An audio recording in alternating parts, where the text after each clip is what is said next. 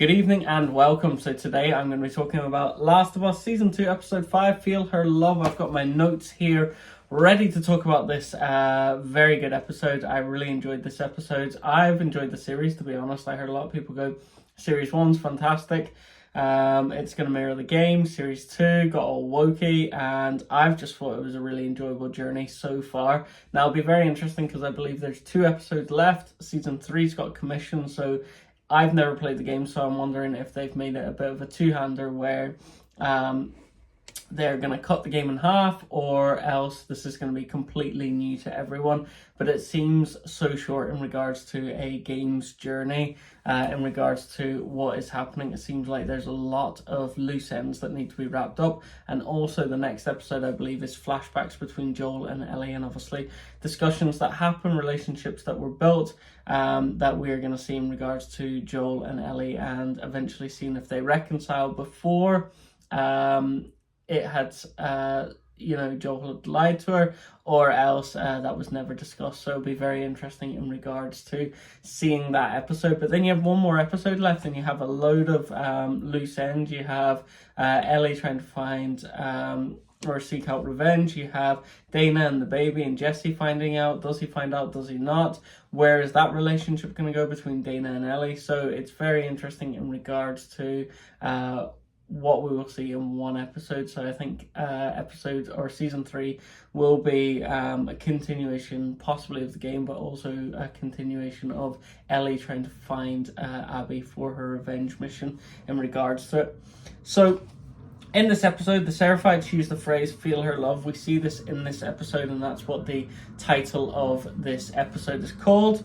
Dana and Ellie, very much their characterizations are solidified in this. Ellie's very much kind of haphazard, goes off on a whim, very reactive, and Dana's very calculated. And I love this in regards to the character dynamics because they're not the same. They're very polar opposite, but they work on their strengths all the time. Ellie very much wants to get revenge and is charging forward, and Dana then is very calculated. She tries to work out where the WLF is, how they can get through without much fuss, and she discovers that an area that the WLF won't touch, and that's how they're going to get through and be unscathed.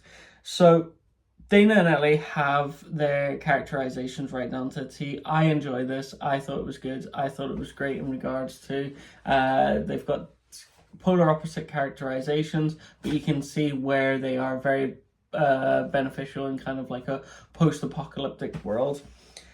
Ellie playing the guitar and a song called Future Days. Pearl Jam is very much Neil Druckmann, I believe, the creator of this series, or this Last of Us. That's his favourite band. It's been implemented throughout the first game and the second game, and they've brought it into this TV series. So I think that's quite a nice little touch to it, I suppose, that the creator kind of got his own love of a band into a very popular franchise. But she plays this guitar where it's Future Days, and you see the grief that she has towards Joel, because Joel was the one that taught Ellie how to play guitar. He obviously taught her how to play these songs, and you see this moment of grief. And I was quite happy with this because it shows that Ellie hasn't had like 3-4 months to get over him. He's very much still in her mind, and it solidifies that kind of thing of her acting like she's okay, but internally, and when she's in moments of herself or moments where she can reflect on Joel, then she showcases that. And I thought, wow, you know what, Bella Ramsey, she's doing really well in this role for me, because I love when things aren't expressed to the hills. I love whenever they're very much internal, or you see that internal struggle that she has, and you could see that through her playing this guitar and also singing. And I was like, wow, fair play to you, because it's very hard to show that emotional range by doing very little. Whenever we get to the start of the episode, there's obviously a discussion with the WLF in regards to the spores, how contagious they are, and how there has had to be a sacrifice at Basement 2 in the hospital, and this is obviously a build up to us seeing the ending. And I just like this bit of writing where, you know, you're teeing up to show what is going to happen at the end. It isn't forced, it's just this little moment, and you can never settle with this show. And it's very interesting in regards because there's a lot of content in it, and I think I was very I suppose naive to I hadn't watched season 1 in a while, and the whole storyline I had to kind of refresh my mind over it. But there's so much that goes on all the time, and the characters are so layered, and I love that. My favorite thing is probably very subtle acting and great character building. I don't like very linear storylines or else characters that are very 1, 2, 3 or very 1 or 2 dimensional. I love 3-dimensional characters, and this is just the way it is for this is so good. Like, I wasn't anticipating Joel's death. I wasn't anticipating the range that Bella Ramsey was able to do. I was actually talking to a colleague of mine, Stuart, and saying, you know, I have a great frustration with Bella Ramsey because she doesn't show the emotional range that I would like to see in it. But when she plays that guitar, I was like, fair play to you, this is fucking great. This is what I enjoy, because you get to see that kind of internal turmoil that she has, and obviously they didn't leave it on great terms. And I'm just like, oh yes, this is great. And there's moments where she has this thing with Joel where she got taught the guitar, and I'm like, oh, this is great, because every time she plays that, you know instantly it's Joel that she's thinking about, and she has this moment of kind of like, fucking hell, he's gone. And I just love that from Bella Ramsey. I think she played it to the T. I think she's just grown into this role, and I really, really am enjoying this show so far. But like I said, we got to see kind of the spores located in the basement of B2, and this will come up later on in my review in regards to the ending. The Seraphites are so ruthless. We got to see that they got one of the WLF. Now, I love that both of them are so ruthless. The WLF that we've seen Isaac absolutely torture that guy last week, and we got to see the Seraphites as well got this guy, and they're just ruthless killings. They're not like, oh, Isaac, yeah, we're gonna interrogate you, and it's like bad cop, good cop, and then the information spills. You just get to see, like, you know, you're not giving me the information, I'm just gonna kill you off or punish you to the absolute the worst degree possible. And I just thought, fucking hell, like, it shows the kind of post-apocalyptic world, or how ruthless and how little life means to people when they are down to the most base needs of survival. And I just thought this was such an interesting concept. Jesse ends up saving Dana and Ellie from the stalkers, I believe. I believe Stuart will probably correct me on that, but I think it's the stalkers that he protects them from. I was thinking Ellie's going to just be able to just shoot through these. Dana's going to be safe as anything. And then I was like, oh no, Ellie, you're actually stuck here. What's going to happen? Dana's doing nothing because she's like the brain. She's barely able to pull a pistol, but Ellie's all action. She's all go. She's all gung ho. Like, she knows all the martial arts moves, all that kind of stuff that we've seen in the boxing. She's like the ultimate fighter. And yeah, she was just absolutely done by these stalkers. And then Jesse came out of nowhere with a shotgun and just blitzed them. And I was like, oh, this is getting interesting, because obviously Dana has his kid, Ellie's in a relationship with her, and it's like a bit of like are they going to raise the kid, all three of them? Or all three of them, or is it going to be another dynamic to the show? I'm not massively fussed in regards to this dynamic. I love the revenge mission in this, and I love how ruthless the Seraphites and the WLF are, and I want to see kind of where does it go with them as well, because obviously they're two warring tribes as well. So then we got to see Dana's origin story, and I think she just plays this role so well. Now, I'll probably get a load of backlash in regards to, oh, you know, you've never played the game, you don't know what she's like, and I know where my opinion comes from just watching a TV series, and people hold this game in massively high regard. People were absolutely outraged that The Last of Us Season 2, Part 2 was such a letdown compared to Part 1. It like split the fan base, all that kind of stuff. The kind of woke agenda was brought into it. Whether it was or whether it wasn't, I don't know. I don't really see it in this show. But yeah, I just thought this Dana origin story and the way she's playing this character is so good, and she's such a good actor. But yeah, she talks about her mother and sister were killed by the raiders.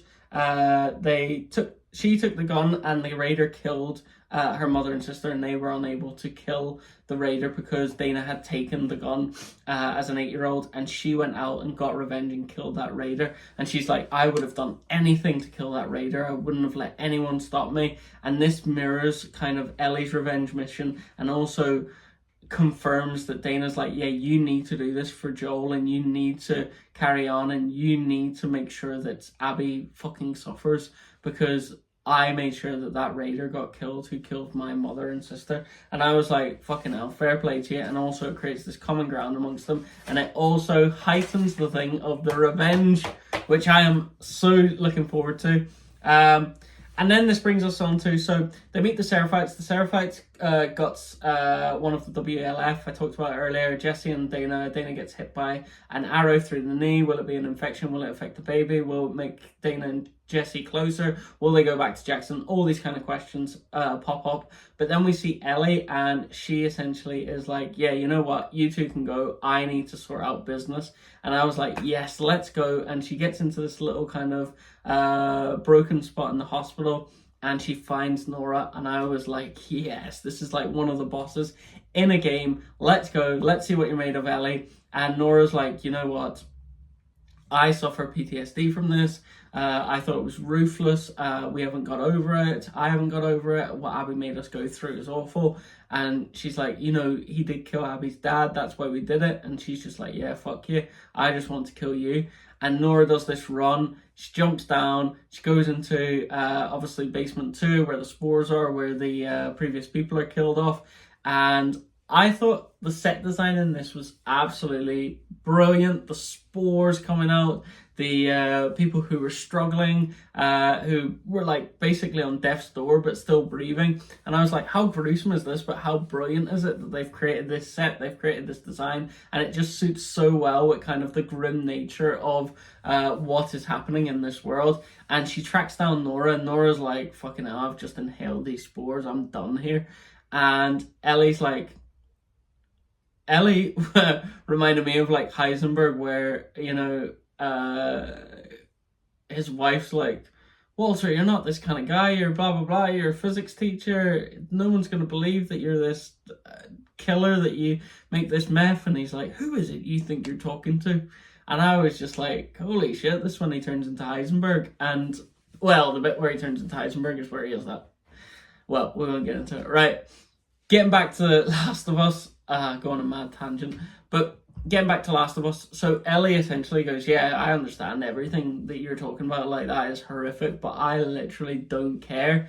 And Nora's like on death's door. She knows. Ellie's like, I know you're gonna die, I'm immune here, I know you're gonna die. And she gets out the pipe and just throttles her, and it just mirrors the death that Joel had. And you can just tell the anger of Ellie, and you're just like, what great acting from Bella Ramsey again. And I think, again, she's moving into this role absolutely fantastic. I talked about Dana's acting, really fantastic. So I just think these young women, or young people, I know Bella Ramsey identifies as they, them, I believe, or gender neutral. I'm not too sure, apologies.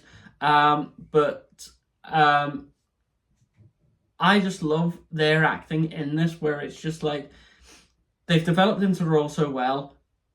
Bella Ramsey's character, Ellie, is just like, yeah, fuck you. I don't care if you're suffering from PTSD. I don't care what you did. You killed Joel. He was like a father figure to me. I'm still going through this grief, and I'm going to kill you. And I know you're going to die, but I'm going to enjoy doing this. And she just grabs the pipe, throttles her. And I'm like, oh my God, what a great ending. And then it just pulls up a flashback of her and Joel, and I was just like, all right, this is why you've done it. And we're going to see in the next episode why you've done it, because this was your father figure. You absolutely adored him, you loved him, and that was why.